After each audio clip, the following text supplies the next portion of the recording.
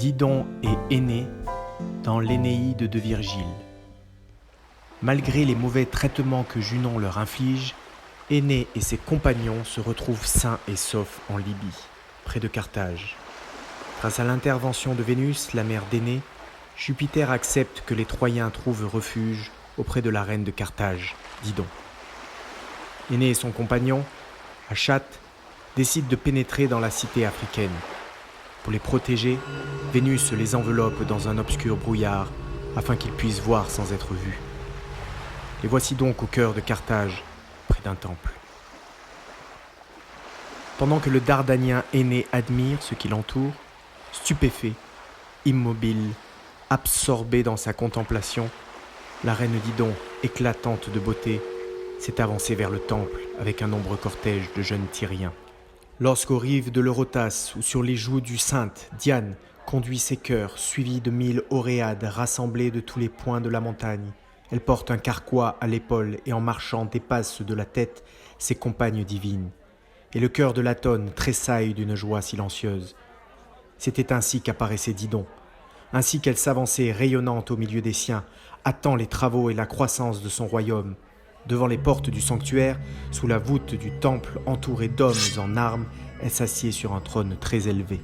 Elle était en train de rendre la justice, d'édicter des lois, de distribuer équitablement l'œuvre à faire ou de la tirer au sort, quand tout à coup, dans un grand mouvement de foule, Énée voit s'approcher Anté et Sergeste et le fort Cloanthe et d'autres Troyens que le noir tourbillon avait dispersés sur la mer et entraînés très loin de lui vers d'autres rivages.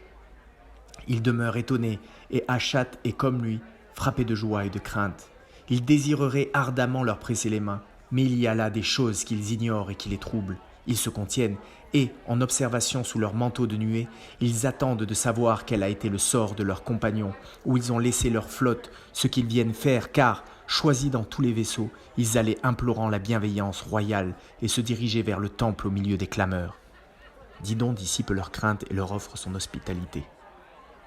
La ville que j'élève est la vôtre, tirez vos vaisseaux sur le rivage, je ne ferai aucune différence entre les Troyens et les Tyriens, et plût au ciel que votre roi, poussé par le même Notus, plût au ciel qu'Énée fût ici, pour moi j'enverrai le long des côtes des hommes sûrs avec ordre de s'enquérir jusqu'à l'extrémité de la Libye, si le naufrage ne l'a pas jeté, errant dans quelque ville ou dans quelque forêt. Réconfortés par ces mots, le courageux Achate et le divin Énée brûlaient depuis longtemps de s'élancer hors de leurs nuages. Le premier Achate prend la parole.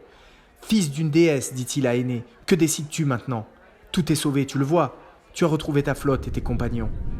Le seul qui manque, nous l'avons vu sous nos yeux s'abîmer dans les flots. Pour le reste, les prédictions de ta mère se réalisent. » Il achevait à peine que soudain, le nuage qui les enveloppait se déchire et se change en un air pur et transparent. Debout, Énée resplendit d'une vive lumière, avec le visage et les épaules d'un dieu. D'un souffle, sa mère lui avait donné la beauté de la chevelure, l'éclat de la pourpre, de la jeunesse et la séduction du regard. Ainsi l'artiste ajoute la grâce à l'ivoire et entoure d'or blond l'argent ou le marbre de Paros. Alors, sous tous les yeux étonnés de la subite apparition, il s'adresse à la reine. « Me voici, dit-il, je suis celui que vous cherchez, le Troyen Énée, échappé aux flots de la Libye. Ô toi, qui seul as eu pitié des indicibles souffrances de Troie, toi qui accueilles dans ta ville et dans ton palais comme des alliés ce qui reste du massacre des Grecs, ces malheureux épuisés par les hasards de la terre et de la mer, dénués de tout, il n'est pas en notre pouvoir de reconnaître dignement tes bienfaits. Dis donc, ni au pouvoir des survivants de la nation dardanienne dispersée dans le vaste monde. Que les dieux, si la pitié trouve au ciel des témoins puissants qui la protègent, si quelque part la justice et la conscience du bien valent encore quelque chose, que les dieux te récompensent comme tu le mérites. Vocabulaire. Dardanien, c'est un Troyen. Les joues du Ceinte, c'est des crêtes montagneuses. Un carquois, c'est un étui à flèches. Édicter des lois, c'est établir des lois. Équitablement, avec justesse. Une bienveillance royale, c'est la bonté de la reine. Le Notus, c'est le nom d'un vent. S'enquérir, ça veut dire s'informer. Brûler, c'est désirer intensément. S'abîmer, c'est disparaître en mer. La pourpre, c'est rouge vif. Indicible, qu'on ne peut pas décrire. Piété, c'est l'attachement à la religion.